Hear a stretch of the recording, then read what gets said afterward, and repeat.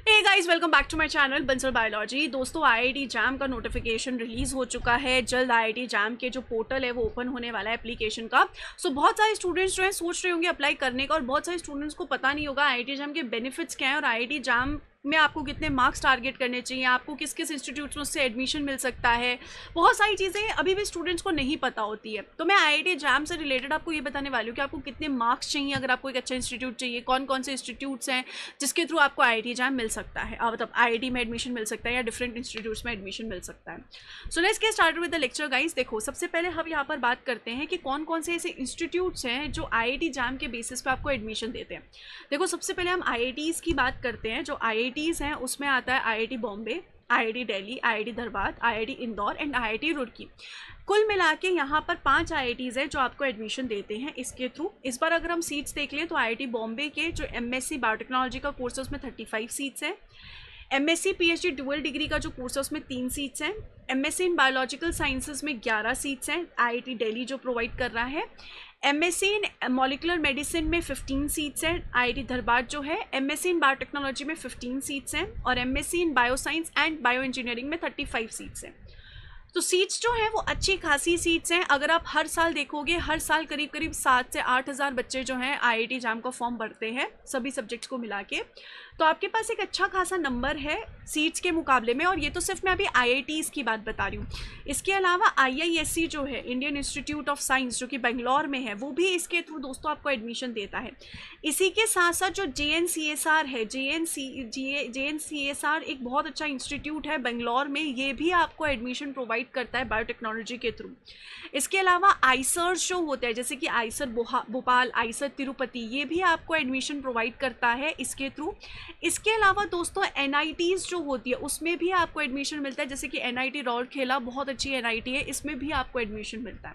तो ये इस तरीके से आईसर्स, एनआईटीज़, जेएनसीएसआर, आईआईएससी, अगर आपको इसमें एडमिशन लेना है तो आपको आईआईटी जैम का एग्जाम जरूर देना चाहिए। अगर आपको टॉप इंस्टीट्यूट में जाके अपनी एमएससी करनी है या फिर इंटीग्रेटेड पीएचडी करनी है तो इसके थ्रू आप जा सकते हो। जैसे जेएनसीएसआर में आप इंटीग्रेटेड पीएचडी के लिए जा सकते हो, आईआईएससी में इंटीग्रेटेड पीएचडी के लिए जा सकते हो, या फिर अगर आपको एमएससी करनी है तो आप एमएससी के लिए भी जा सकते हो। आपके बहुत अच्छे इंस्टीट्यूट्स में जो एक दरवाजे होते हैं ना वो दोस्तों खुल जाते हैं। अब सवाल ये आता है कि मैम हम कितने मार्क्स टारगेट करें, ये हमें नहीं पता है। अब दोस्तों हम पेपर का थोड़ा सा और अंदाज़ा लेने के लिए कि हमें कितने मार्क्स टारगेट करने चाहिए, ये हम डिस्कशन करते हैं। देखो, आईआईटी जैम का पेपर जो होता है ना 100 मार्क्स का होता है, और पेपर में ना बहुत सारी चीज़ें इस पर डिपेंड करती है कि पेपर आपका टफ है या फिर इजी है। कभी कभी तो आईआईटी जैम बिल्कुल ही इजी पेपर निकाल देता है, कभी कभी आईआईटी जैम बहुत टफ पेपर निकालता है। जैसे अभी 2025 का जो एग्जाम था वो आईआईटी जैम ने टफ निकाला था। तो इस बार क्या हुआ दोस्तों, जैसे अभी बंसल बायोलॉजी का हमारा एक स्टूडेंट है जिसकी AIR 3 आई थी। अब उसके मार्क्स कितने थे, 60.67 मार्क्स थे, जिसपे उसे AIR 3 मिल गया इस बार। वहीं पिछले साल यानी कि 2024 के पेपर में क्या हुआ था, एक स्टूडेंट था हमारे इधर से जिसकी रैंक आई थी AIR 19। तो उसके मार्क्स कितने थे, उसके मार्क्स थे करीब करीब 71 प्लस के आसपास मार्क्स थे उसके। मुझे एग्जैक्ट मार्क्स याद नहीं है लेकिन 71 प्लस मार्क्स थे। तो इस कंडीशन में दोस्तों यहाँ पर क्या हो गया, अगर पेपर इजी आ रहा है तब तो आपको एटलीस्ट 70 प्लस लाना पड़ेगा अगर आपको टॉप रैंक्स चाहिए। और अगर पेपर टफ आ रहा है तो अगर आप 50 प्लस मार्क्स लेकर आओगे, 55-60 लेकर आओगे, तब तो आपकी बहुत अच्छी रैंक आ जाएगी। तो इट ऑल डिपेंड ऑन कि पेपर का लेवल कैसा है। तो इस हिसाब से आपको तैयारी करनी है कि अगर पेपर टफ आए तो आपका 50 प्लस मार्क्स आना चाहिए, इजी आए तो 70 प्लस मार्क्स आ ही जाए। ऐसे ही आप पिछले साल देख सकते हो, एक बच्चे की रैंक आई थी 49 रैंक, जिसके मार्क्स थे 49.57। ऐसे ही आप 3 और रिजल्ट देख सकते हो, ये भी बंसल बायोलॉजी के ही हैं। एक की रैंक थी 57, एक की रैंक थी 59 और एक की रैंक थी 11। तो इस कंडीशन में 55.67 मार्क्स थे इसके, 48 मार्क्स थे इसके, 48 मार्क्स थे इसके। तो it's all about paper level. तो आप ये नहीं सोच सकते कि मैं इतने मार्क्स टारगेट कर लूँ क्या, जैसे हम होता है ना कि यार मैम आप मुझे बता दो कि मुझे कितने मार्क्स टारगेट करने हैं, ऐसा कुछ भी नहीं हो सकता है।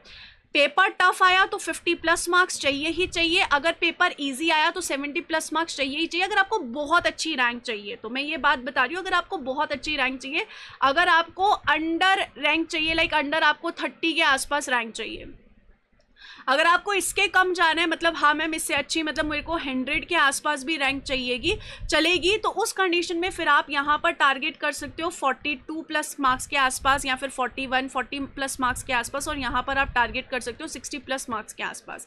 अब इट ऑल डिपेंड ऑन कि आपके पेपर इस बार किस तरीके का होगा, उस पर सारी चीज़ें डिपेंड करती है। अब मैं आपको यहाँ पर एक और चीज़ बताऊँ, जैसे कि अगर हम ओपनिंग और क्लोजिंग रैंक भी देख लें, ताकि आप ये सोच सको कि हाँ भाई मुझे 100 अंडर 100 रैंक लानी है या नहीं लानी।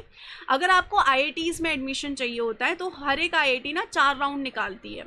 तो इस कंडीशन में आप देख सकते हो IIT बॉम्बे का जो MSc PhD ड्यूअल डिग्री का जो कोर्स है वो AIR 25 पे क्लोज हो गया था जनरल कैटेगरी में। ऐसे ही IIT बॉम्बे का जो मेन बायोटेक्नोलॉजी का कोर्स है वो 32 रैंक पर क्या हो गया था, 32 रैंक पर वो क्लोज हो गया था। ऐसे ही अगर आप यहाँ पर देखोगे IIT दिल्ली का जो कोर्स है वो AIR 30 पे क्लोज हो गया था। ये मैं जनरल कैटेगरी की बता रही हूँ, आप बाकी के देख सकते हो कि कब क्लोज हो रहा है। ऐसे ही IIT धनबाद जो है वो यहाँ पर 84 रैंक पे क्लोज हो गया था, और IIT इंदौर जो है वो 65 रैंक पे क्लोज हो गया था पिछले साल। ऐसे ही IIT रुड़की जो है वो पिछले साल 56 रैंक पे क्लोज हो गया था। तो आप देख सकते हो सारे के सारे इंस्टीट्यूट्स जो हैं अंडर 90 रैंक, तो बहुत बड़ी बात है, उससे पहले ही जनरल कैटेगरी में क्लोज हो जाते हैं।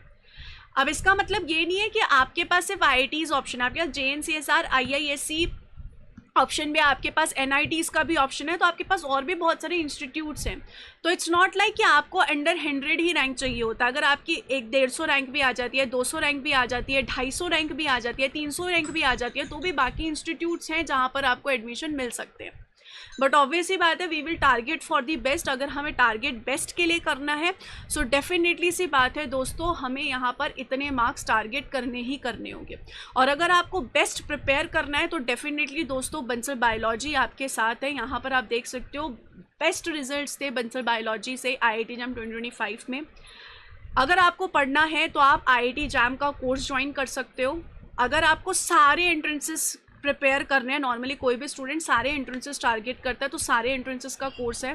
और अगर आपको सिर्फ टेस्ट सीरीज़ देनी है कि भाई मैम हम टेस्ट सीरीज़ देना चाहते हैं, उसमें हमें वीडियो सॉल्यूशंस भी मिल जाए, टेस्ट भी मिल जाए, तो आप इन कोर्सेज के साथ जा सकते हो।